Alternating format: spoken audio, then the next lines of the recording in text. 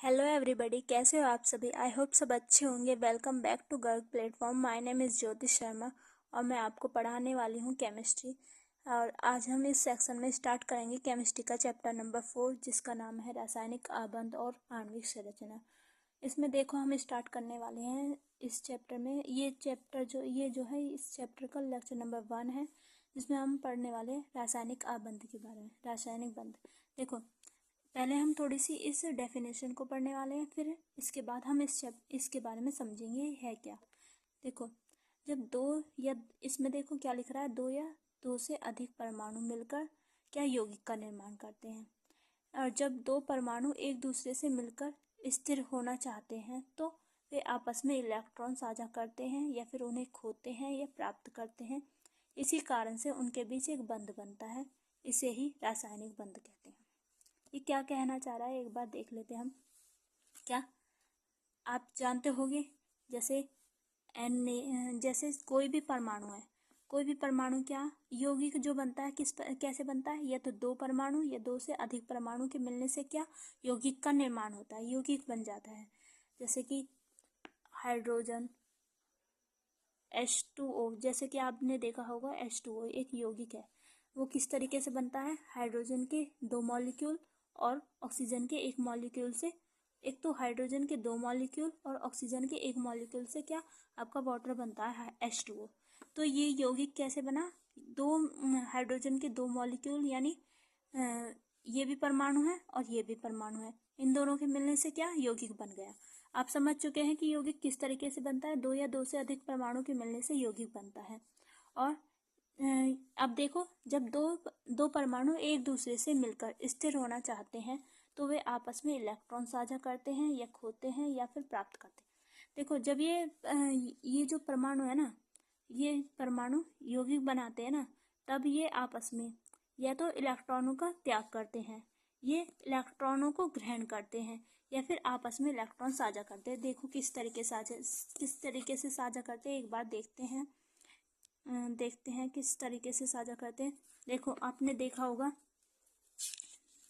Next page पर कर देखते हैं। देखो, आपने देखा होगा NaCl को देखा होगा। NaCl किस तरीके से बनता है, इसमें सोडियम और क्लोरीन है। सोडियम है वो किस तरीके से सोडियम है और क्लोरीन है, ये आपस में किस तरीके से जुड़े होते हैं। देखो, ये जो सोडियम है ना, इसकी जो भारी कोश है उस पर कितने इलेक्ट्रॉन होते हैं, भारी कोश पर इलेक्ट्रॉन होते हैं, बाह्यतम कोश पर एक इलेक्ट्रॉन होता है, तो इसे हम X से दर्शा रहे हैं, ठीक है।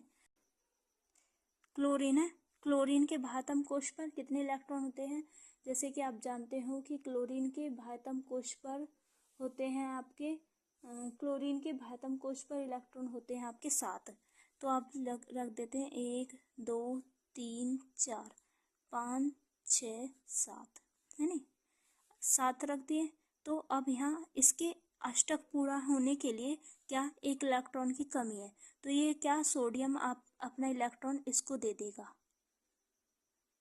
सोडियम अपना इलेक्ट्रॉन इसको दे देगा।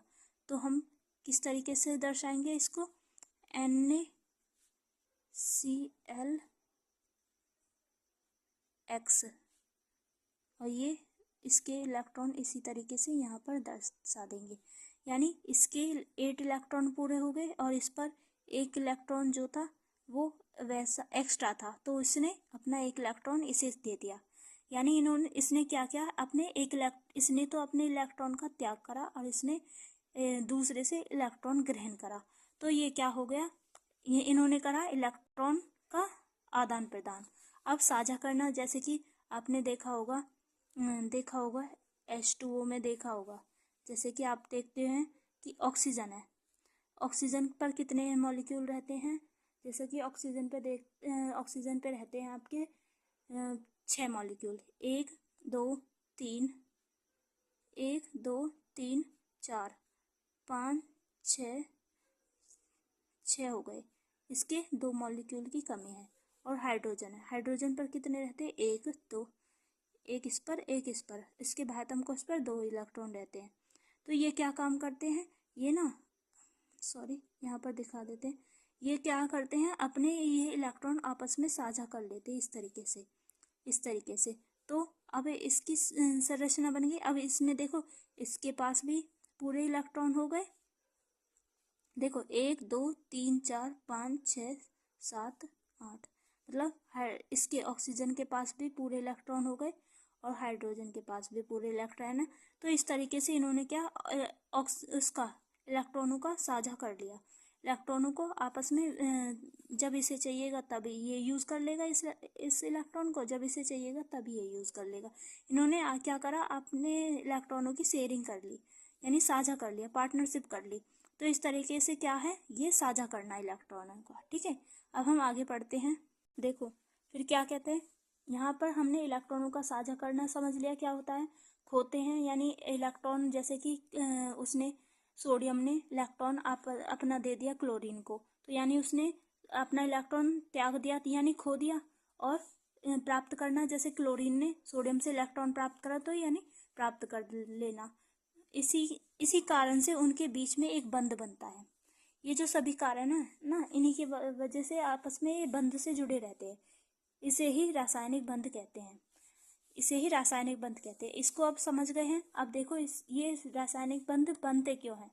देखो प्रत्येक परमाणु चाहता है कि उसकी बाहरी इलेक्ट्रॉन परत पूरी तरह भर जाए, जैसे निष्क्रिय गैसों में होता है। देखो जो प्रत्येक परमाणु है ना, वो चाहता है कि उसका जो अष्टक है ना वो पूर्ण हो। जैसे कि आपने अभी देखा कि सोडियम है, सोडियम में 8 अष्टक पूर्ण होने से एक एक्स्ट्रा इलेक्ट्रॉन है। और उसमें क्या है, देखो सोडियम में अष्टक पूर्ण होने के लिए कितने इलेक्ट्रॉनों की कमी है, 7। और वैसे माने तो 7 इलेक्ट्रॉनों की कमी है। और उसमें जैसे क्लोरीन में देखा, क्लोरीन में कितने थे, 7 इलेक्ट्रॉन थे। 7 इलेक्ट्रॉन यानी उसे अपना अष्टक पूर्ण करने के लिए कितने इलेक्ट्रॉन की कमी थी, एक इलेक्ट्रॉन की कमी थी। तो यानी क्या, सोडियम ने अपना इलेक्ट्रॉन उसे दे दिया। सोडियम के पास पहले जो सोडियम के पास यानी वैसे उसके इलेक्ट्रॉन भी पूरे हो गए, उसका अष्टक भी पूरा हो गया सोडियम का और क्लोरीन का भी। अभी ये कंफ्यूज हो रहा होगा कि सोडियम का कैसे इलेक्ट्रॉन अष्टक पूर्ण हो गया, ये अभी अब आपको डाउट क्लियर हो जाएगा कैसे होगा, पर अभी आप इतना समझ लीजिए। ठीक है, ये क्यों करते हैं, ये अपना अष्टक पूर्ण करने के लिए क्या है, इलेक्ट्रॉनों का आदान प्रदान करते हुए उनकी शेयरिंग करते हैं। ये ऐसा क्यों करते हैं, देखो निष्क्रिय गैसों में क्या होता है, देखा होगा helium, neon, argon, krypton, xenon, ये सारी जो गैसें हैं, इनके पास क्या, इनका जो पूरे कोश है ना, ये पूरा भरा रहता है, यानी इनके पूरा अष्टक फिल रहता है। यहाँ पर दे भी रखा है हीलियम और नियॉन के बारे में। ये जो गैसें हैं इनका अष्टक क्या पूरा भरा रहता है। इसी तरह से इनकी ही तरह से ये अपना अष्टक पूर्ण करने के लिए ना ये रासायनिक बंध बनाते हैं। इसी स्थिरता को पाने के लिए परमाणु रासायनिक बंध बनाते हैं। ये हो गया। एक बार देख लेते हैं। देखो मैंने क्या बोला, सोडियम है और क्या है, क्लोरीन है।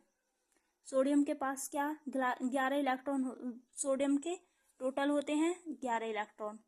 11वें उस पर आया तो सोडियम के पास कितने, 11 है। और उसके भारी कोश पर कितना रहता है, 1 इलेक्ट्रॉन। तो हम 1 इलेक्ट्रॉन को इस तरीके से दर्शा रहे हैं। ठीक है, क्लोरीन के पास कितने रहते हैं, 7 इलेक्ट्रॉन। बाह्यतम कोश के सोडियम के क्लोरीन के बाह्यतम कोश पर कितने देखो देखा होगा सोडियम पर कैसे रहते हैं, 2,6,1। इस तरीके से इसके 2,6,2,6,1 इस तरीके से सोडियम पर रहता है। ऐसे ही क्लोरीन पर कैसे इलेक्ट्रॉन रहते हैं, क्लोरीन की जो इलेक्ट्रॉनिक विन्यास है वो कैसे रहता है। क्लोरीन का देखा होगा 2,6,2,5 ये हो गया क्लोरीन का। देखो इन दोनों का, सोडियम का क्या रहता है, 2,2 क्या रहता है, 1s2 2s2 2p6 3s1। इसका क्लोरीन का क्या रहता है, क्लोरीन का 1s2 2s2 2p6 3s2 3p5 है नी। यहाँ पर क्लोरीन के बाह्यतम कोश में कितने इलेक्ट्रॉन है, 7। यहाँ सोडियम के बाह्यतम कोश में कितने इलेक्ट्रॉन है? एक। आखिरी जो कक्षक है ना उसमें कितने इलेक्ट्रॉन है? एक। इसमें कितने हैं? 7। यानी इसके पहले वाले कक्ष में पूरे 8 इलेक्ट्रॉन है और अगले में ये 1 इलेक्ट्रॉन है। इसमें क्या है? इस वाले एंड वाले कक्ष में 7 इलेक्ट्रॉन पूरे होने के लिए क्या है? 1 इलेक्ट्रॉन की कमी है और इसके पास 7 इलेक्ट्रॉन की कमी। अब ये इससे लेगा तो दिक्कत हो जाएगी। ये क्या करें, मतलब कोई अपने 7 के 7 इलेक्ट्रॉन देना ज़्यादा प्रेफर करेगा या फिर किसी से 1 इलेक्ट्रॉन की कमी है तो वो लेगा। ऑब्वियसली क्या करेगा कि 1 इलेक्ट्रॉन जिसके पास है उससे 1 इलेक्ट्रॉन ले लेगा। तो ये क्या करता है, सोडियम जो है ना अपना 1 इलेक्ट्रॉन इसको क्लोरीन को दे देता है। जैसे आपने देखा होगा क्लोरीन के पास कितने होते हैं? 7 इलेक्ट्रॉन रहते हैं, 8 की कमी रहती है। तो ये एक्स जो है ना ये अपना इसे दे देता है। तो इस तरीके से इसका आदान प्रदान हो गया। इसने इसे दे दिया और इसने इसका इलेक्ट्रॉन ग्रहण कर लिया और क्या बन गया? इसका पूरा अष्टक क्लियर हो गया और इसका भी पूरा अष्टक बन गया।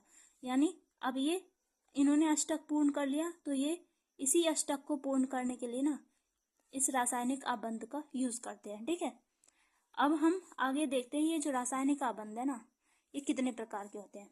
ये जो रासायनिक आबंध है ये कितने प्रकार के होते हैं? एक तो ये आयनिक बंध होता है, एक सहसंयोजी बंध होता है, एक धात्विक बंध होता है, एक उपसहसंयोजी बंध होता है, एक वॉन्डरवॉल बंध होता है, एक हाइड्रोजन बंध होता है।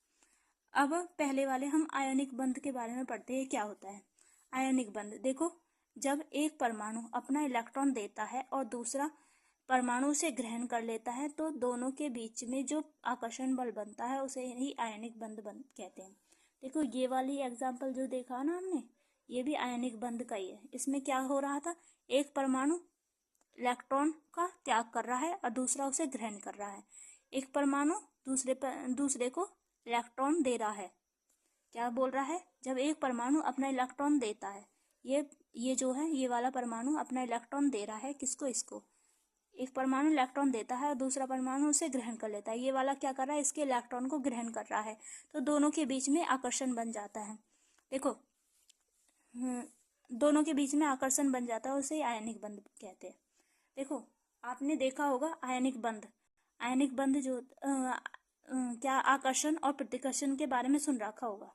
आकर्षण में क्या होता है? एक पॉजिटिव चार्ज होता है, एक नेगेटिव चार्ज होता है। आकर्षण में क्या होता है? पॉजिटिव चार्ज होता है, एक नेगेटिव चार्ज। ये पॉजिटिव और जब पॉजिटिव और नेगेटिव यानी विपरीत आवेश होंगे तो ये क्या अपने आप को दोनों अपने आप में आपस में खींचेंगे। ये इसकी तरफ अट्रैक्ट होगा, ये इसकी तरफ अट्रैक्ट होगा। ये दोनों अट्रैक्ट होंगे। वो जब दोनों आपस में अट्रैक्ट होते हैं यानी वो अपने आपस में आकर्षित हो रहे हैं, है नी, यानी आकर्षित हो रहे हैं। और प्रतिकर्षण में क्या होता है? एक पॉजिटिव होता है, एक पॉजिटिव, या फिर एक नेगेटिव होता है, एक नेगेटिव। जब नेगेटिव होगा या पॉजिटिव होगा। देखो ये विपरीत आवेश है, दोनों सेम है नी। तो ये सेम है तो ये दोनों क्या काम करेंगे? ये अपने आप को दूर भगाने का काम करेंगे। जो विपरीत आवेश होते हैं वे अपने आप को एक तरफ अपने आप को आकर्षित करते हैं, विपरीत आवेश अपने आप को दूर भगाते हैं आपस में। जो ये पास भी होंगे ना सेम आवेश तो ये आपस में दूर भागेंगे। और ये प्रतिकर्षित ये दूर भी होंगे तो अपने आप को पास लाने का कार्य करेंगे। हाँ, तो प्रतिकर्षित में क्या होगा? ये सेम आवेश अपने आप को दूर भगाते हैं और आकर्षित में विपरीत आवेश अपने आप को पास करते हैं। ये जो आकर्षण है ना, जब ये आकर्षण होता है ना जब आकर्षण होता है क्या होता है? देखो इसमें जब आकर्षण होता है ना तो ऊर्जा जो है ना इसमें ऊर्जा की हानि होती है। यानी आकर्षण में क्या है? ऊर्जा एनर्जी जो है रिलीज हो जाएगी। एनर्जी रिलीज हो जाने से क्या होगा? एनर्जी उसमें यानी एनर्जी की मात्रा घटने लगती है और जब ये आपस में पास आएंगे तो इनकी एनर्जी जो है वो कम घटने लगती है और घटने से क्या होता है कि इनके बीच में ना स्थायित्व बढ़ जाता है।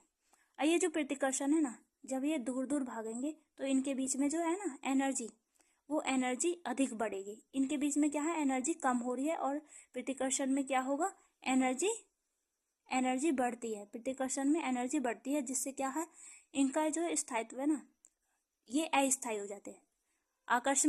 आकर्षण होगा तो क्या, आकर्षण होगा तो एनर्जी घटेगी, एनर्जी घटने के कारण इनका स्थायित्व बढ़ेगा, ये स्थायित्व होंगे।